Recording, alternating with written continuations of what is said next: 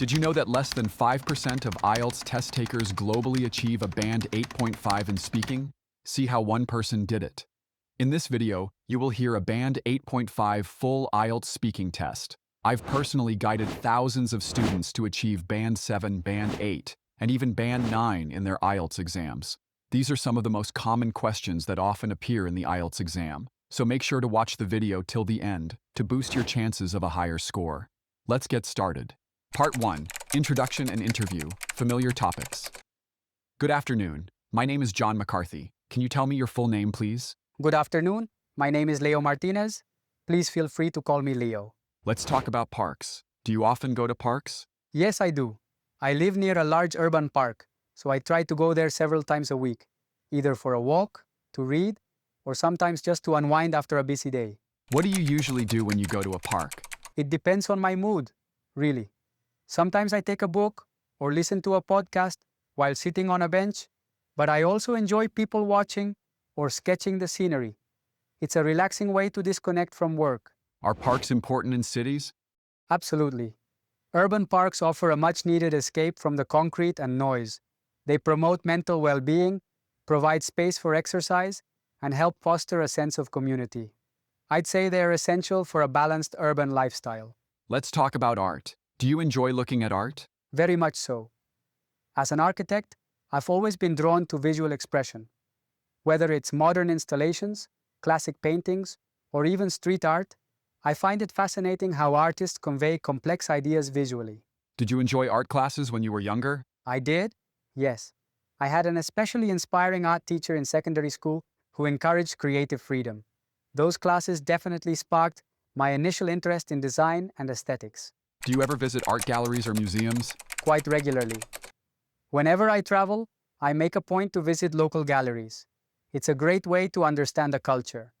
And even in my city, there are rotating exhibitions, so there's always something new to see. Part 2. Cue card.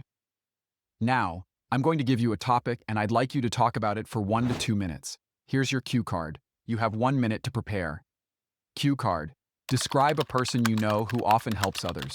You should say who this person is, how you know him or her, what kind of help they provide, and explain how you feel about this person. 1 minute has passed. Please begin when you're ready. One person I know who consistently helps others is my friend Carla. She's actually a social worker by profession, but what makes her stand out is that even outside of her job, she's always willing to support the people around her, whether they're close friends or complete strangers. We first met during our time at university, around 6 or 7 years ago. Back then, she already had this reputation for being the go-to person if anyone was facing difficulties, whether it was struggling with coursework, going through emotional stress, or dealing with financial issues. I remember countless times when she would stay up late helping classmates prepare for exams or offer to share her notes with someone who had missed a lecture. And even now, she continues to be that kind of person. Currently, she works with underprivileged families, helping them get access to basic services like healthcare, housing, and education. On top of that, she volunteers every weekend at a local shelter for women and children, and she recently helped organize a mental health awareness campaign in our community. I attended one of the sessions she led, and it was truly eye-opening. She speaks with so much empathy and understanding that people immediately feel safe opening up to her. What I admire most about Carla is that she never seeks recognition or praise. For her, helping others is simply part of who she is. She doesn't post about it on social media or try to show off. She just quietly does what needs to be done.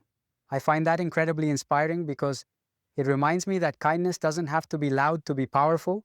Knowing someone like her has really influenced me to be more thoughtful and engaged in my own community. She's taught me that even small gestures, like checking in on a friend or volunteering a bit of your time, can have a big impact. So overall, I feel incredibly lucky to have her in my life, not just as a friend, but as a role model as well. Part 3. Two-way discussion. Abstract topics. Let's talk more about helping others. Why do some people choose to help others? I think it often comes down to empathy and values. People who've experienced kindness themselves, or perhaps hardship, may feel a strong desire to pay it forward. Also, Helping others can create a sense of purpose, which many find deeply fulfilling. Do you think people are more willing to help strangers now than in the past? In some ways, yes. With the rise of digital platforms and global awareness campaigns, people are more exposed to issues beyond their immediate circle. That said, I think the willingness to help depends less on time and more on personal mindset and community culture. What kinds of help do people need more today than before? Mental health support comes to mind. Modern life can be quite isolating despite being hyperconnected. Many people struggle silently with stress, anxiety, or burnout, so emotional support and simply having someone to talk to is incredibly valuable today. Should governments or individuals be responsible for helping vulnerable people? Ideally, both. Governments have the resources and reach to implement systemic solutions, like housing or healthcare. But individuals also play a crucial role. Grassroots efforts and community support can address gaps that large institutions might overlook. Thank you very much, Leo. That is the end of the speaking test. Thank you. It was a pleasure. Listen carefully. The band score breakdown will help you see the good things to add to your practice and the mistakes to avoid. 1.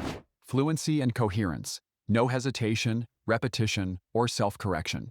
Ideas are logically sequenced. For instance, in Part 2, Leo introduces the person, then how they met, followed by specific examples of the person's helpfulness, and finally personal reflections. Leo uses cohesive devices naturally. For example, Ferris like, on top of that, what I admire most, overall, not just, but also. Let's take a look at the exact sentence he uses. She doesn't post about it on social media or try to show off. She just quietly does what needs to be done. 2. Lexical resource. Leo uses a wide range of topic-appropriate vocabulary with precise word choice. Underprivileged families, mental health awareness, empathy, reputation, uplifting, proactive, campaign, effective use of idiomatic language and collocation. Go-to person. Makes her stand out. Quietly does what needs to be done. Influenced me to be more thoughtful. Wide range of topic-specific language across Part 1 to 3. For example, he says, being helpful doesn't always require grand gestures. Sometimes just being present and attentive can make a real difference. 3. Grammatical range and accuracy. Fully flexible and accurate grammar. Uses complex structures naturally. Conditionals, passives, relative clauses, modals. Leo uses sentences such as, what I admire most about Carla is that she never seeks recognition. Even small gestures like checking in on a friend or volunteering your time can have a big impact. No noticeable grammatical errors. Everything is controlled and natural. Final band score, 8.5. Subscribe not to miss the 2 videos I release weekly. Watch the next video on the screen that covers a different topic.